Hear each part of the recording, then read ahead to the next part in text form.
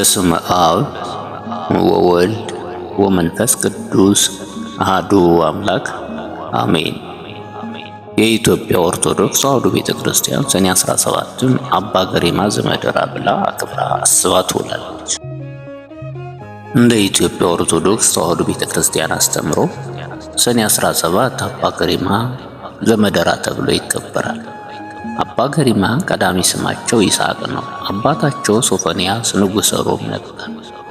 አባ ገሪማ ከልጅነታቸው ጀምረው መንፈሳዊ ትምህርት ሲማሩ በዲቁና ቤተክርስቲያንን ሲያገለግሉ አድገዋል።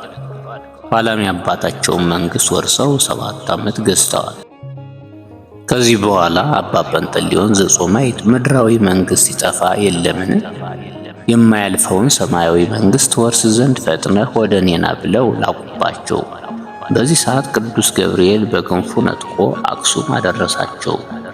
እነርሱም ተገናኙ። ማዕረገ ምንኩስና ተቀብለው በጾም በጸሎት ተወስነው ይኖሩ ጀመር። ጾማቸውም እንዲሁ አይደለም፣ ስጋቸው አልቆ አጥንታቸው እስኪቆጠር ድረስ ነበር። አባ ገሪማ ሲጸልዩም ሰውነታቸው ዝሎ መቆም እስኪሳናቸው ድረስ አብዝተው ይሰግዱ ይጾሙ ነበር። ከዕለታት በአንድ ቀን መቁናቸውን ተቀብለው ከወንድሞች ጋር ወደ መንገድ ሲሄዱ ቤተ ክርስቲያን አግኝተው እጅ ሲነሱ ካህናቱ እየተቻኮሉ መጥተው ቅዳሴ ሊታጎልብን ነውና ከእናንተ የሚቻለው አንድ ሰው ካለ ይርዳን አሏቸው። በዚህ ሰዓት ሌሎቹ መቁናቸውን ተመግበው ነበርና አንችልም አሉ። አባ ገሪማ ግን ጠቅልለው የያዟት መቁናቸውን ከቅጽዋ አስቀምጠው ገብተው ቀድሰውላቸዋል። በዚህ ሰዓት መነኮሳቱ በልተው የቀደሱ መስሏቸው ለአባ ጰንጠሌዎን ተናገሩ። እርሳቸውም ሲመጡ መነኮሳቱን አድርጓትም ከሆነ እንዳያፍር ጥቂት እልፍ በሉ አሏቸው። አባ ገሪማ ይህን አውቀው ህድግሰ ሰብአ ዕፀውኒ ወአይባን ይሰስሉ ለነ፣ እንጨቶችና ድንጋዮችም ይወገዱልን እንጂ አሉ።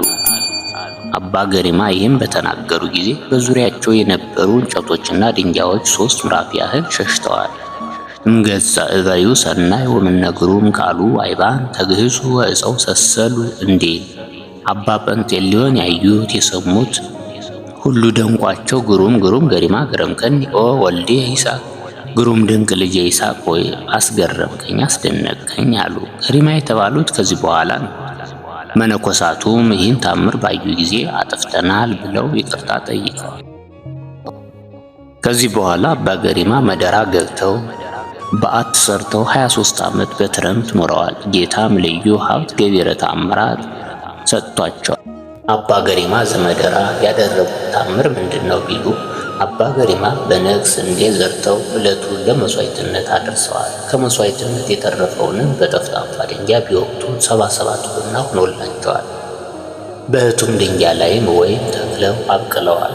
ከዕለታት በአንድ ቀንም መጽሐፍ ሲጽፉ ውለው የጀመሩትን ሳይፈጽሙ ፀሐይ ልትገባ ስታቆለቁል ጸልየው የጀመሩትን እስኪፈጽሙ ድረስ ባለችበት እንድትቆይ አድርገዋል። የሚጽፉበትን ብዕር ከእጃቸው ቢወድቅ ወዲያው አብቦ አፍርቶ ተገኝቷል።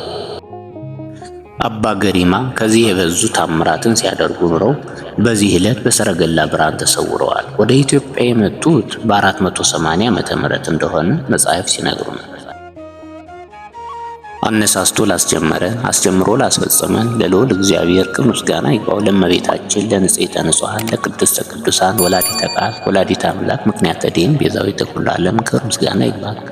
የጻድቁ ረድኤት በረከት ይክፈለን። አሜን።